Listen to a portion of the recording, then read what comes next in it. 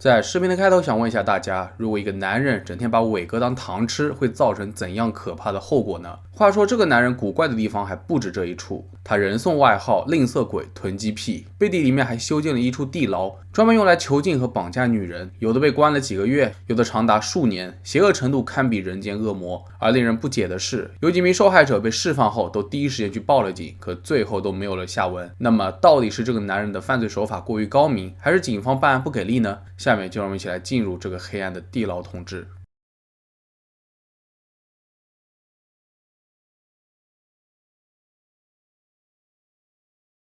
照片上的这位白发老人就是那位把伟哥当糖吃的男人，他的名字叫做约翰·贾梅尔斯基，是个不折不扣的恶魔。约翰出生于1935年5月9日，纽约州的费耶特维尔。在学生时期，他性格孤僻，喜欢独来独往，很少与他人说话，成绩也不太好。1953年，他从高中毕业后就开始在当地的杂货店里面工作。1959年，约翰与一名叫做多罗西·里士满的教师结婚，育有3个儿子。这时候，他当起了木匠和杂工，一家子过着普通人的生活。令人满意的是，平平无奇的约翰还挺有投资眼光的。他说服父亲进入股市，赚了不少钱。后来父亲去世后，约翰继承了一大笔遗产，他又把这笔钱投资了房地产，逐渐成为了一个百万富翁。不过，约翰并没有因此过上光鲜亮丽的生活，甚至比许多人都要过得节俭。就比如，当他所住的街区被购买，附近住宅都进行了大规模修缮，唯独这位百万富翁只是在房子的周围加了一圈高高的木栅栏。根据邻居的回忆，约翰经常从垃圾桶里面捡啤酒罐子和瓶子，然后去换钱。这种情况在高档社区并不多见，而实际上，约翰在家囤积了至少有13000个瓶子。他甚至还和图书馆达成协议，把杂志里面的食品优惠券全部都收集起来，尽可能的薅羊毛。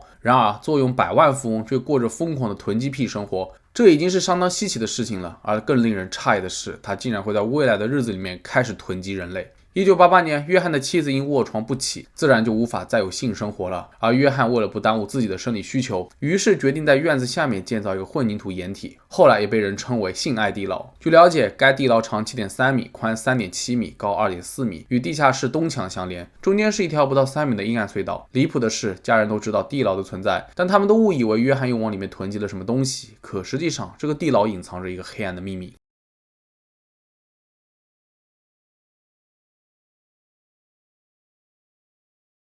从1988年10月开始，约翰把目标瞄准了看上去较为弱势的女性，就比如离家出走的青少年、无依无靠的外国难民、浑浑噩噩的瘾君子等等。约翰通常会开车四处寻找潜在的受害者，当目标人物出现时，约翰就会以免费搭车为诱饵，三言两语的把人骗上车，然后带到家中，强迫他们进入地牢。要知道，地牢的环境极其恶劣，受害者们只能睡在一张泡沫床垫上，上厕所蹲在一个没有座位的铝框椅子上，下面放个桶接着。想要洗澡的话，只有一个旧浴缸，但是没有排水管道，受害者们只能用一根花园胶水软管来洗澡，而洗澡水只能随地排放，等它自然蒸发。除了整天待在阴暗潮湿的环境之外，受害者们还会被戴上脚镣，每天都被约翰脱光了衣服，反复遭受凌辱。为了控制受害者，约翰还玩起了心理游戏，他威胁他们，如果不乖乖服从，他们的家人就会有危险。一旦玩腻了，约翰还会开车将受害者送到某个地方，然后离开。当然，在此过程中，受害者的双眼都是被蒙上的，而且为了避免留下精液证据，约翰相当的谨慎，在释放的前几天，他就不再会与之发生性关系了。第一名受害者是一个14岁的美国原住民女孩，那个时候约翰的地牢还没有建成，女孩就被关在了约翰母亲家后面的一口废井里，后来才转移到地中。为了让女孩听话，约翰恐吓她，自己随时都可以对她的弟弟下手，就这样一关就是2年多。可怜的女孩每天都活在恐惧之中，即便最后约翰将其释放，她也吓得没敢去报警。1995年3月，约翰开车发现了一名离家出走的拉丁裔女孩，他假装付钱让女孩帮忙跑腿送包裹，毫无戒心的女孩就这样自己走进了地牢，约翰紧跟其后，立刻关上了门。此后，女孩便遭到了长达2年的监禁，她反复被约翰强奸。2年之后，蒙着眼睛的女孩被送往家中。不同的是，这名女孩第一时间就报了警，诉说了自己的遭遇。可没想到的是，由于女孩有吸毒史，警方对她的描述将信将疑。没过多久，相关的调查也就没有再继续进行下去了。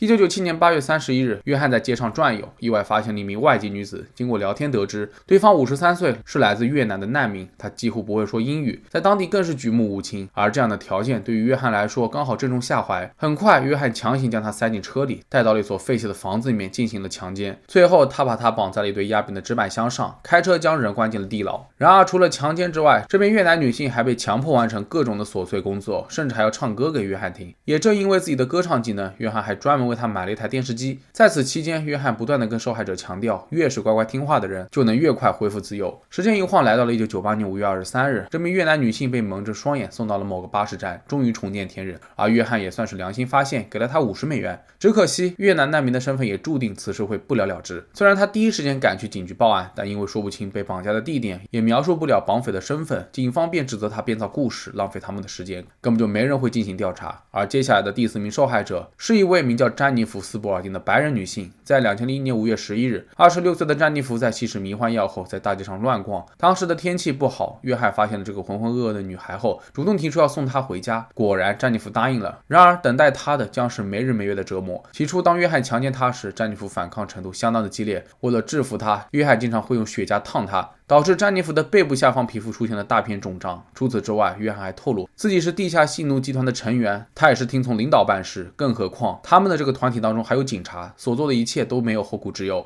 为了证明自己所言非虚，约翰甚至还亮出了几年前在大街上捡到的警官徽章。与其他受害者不同的是，詹妮弗是唯一一个与家人报平安的人。他恳求约翰让自己写封信，告诉父母他还活着。约翰同意了，但前提是詹妮弗必须谎称自己正在接受戒毒治疗，一时间无法回家。按照他的要求，詹妮弗的父母确实收到了女儿的来信。很快，警方也将他的失踪案正式结案。后来，詹妮弗就被释放了。同样的，他也向警方报告了自己的遭遇。这一次，詹妮弗提供了相当重要的线索，那就是绑匪驾驶的车辆是一辆棕褐色的1974年款水星彗星。很快，调查人员在纽约地区发现一辆注册车辆，但与詹妮弗的描述不符合，车主也不是白人男性。只可惜，警方的调查止步于此，再一次草草结案。如果这个时候他们能够再深入挖掘一番，查一查该车型在1975年的注册车辆，就能够顺藤摸瓜找到约翰了。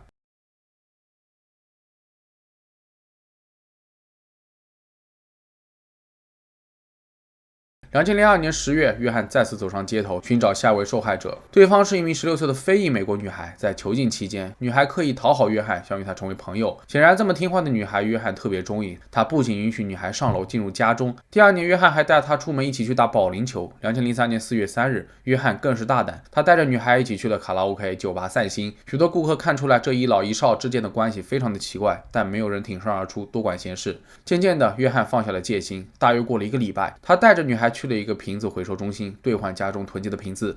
这个时候，约翰询问女孩礼拜的时间，女孩顺势提出帮忙打电话要给教堂询问。约翰也没有多想，直接答应了。很快，女孩终于有机会打电话给姐姐，告诉她自己发生了什么事。而另一边，利用来电显示，姐姐迅速找到了他们所在的位置，果断报警。果然，几分钟之后，警方赶到了现场，逮捕了约翰。经过了一系列调查，警方发现约翰挑选的受害者是来自不同的种族，分别是美洲原住民、拉丁裔、越南人、黑人和白人。对约翰来说，这也是一种收集，与他的强迫性囤积症有很大的关系。警方在搜查地牢过后发现，那里简直是一个恐怖屋。入口处上方悬挂着一个十字架，下面写着愿所有进入这里的人平安。墙上满是涂鸦，其中一面墙上还写着暴徒之墙，这与詹妮弗的证词一致。很快，警方在垃圾堆中发现了奇怪的日历，上面是用各种字母标记着。据约翰交代，是他要求受害者用代码字母 B、S 或者 T 标记了每个日期。 B 代表洗澡， S 代表被强奸， T 则代表刷牙。更可怕的是，这些日历的时间竟然横跨了15年之久。然而事情的最后竟然还有一段相当奇葩的桥段，即便被警方逮捕了，约翰仍然坚信自己不会受到什么严厉的惩罚。他明明都把受害者都送回去了，顶多算是个非法监禁。至于后果嘛，约翰觉得顶多罚点钱，或者在社区做些服务就可以了。就连约翰的律师都花了好几天时间告诉他，把女性监禁在地牢并实施强奸是一件多么严重的事情。最终，约翰承认了5项1级绑架罪名。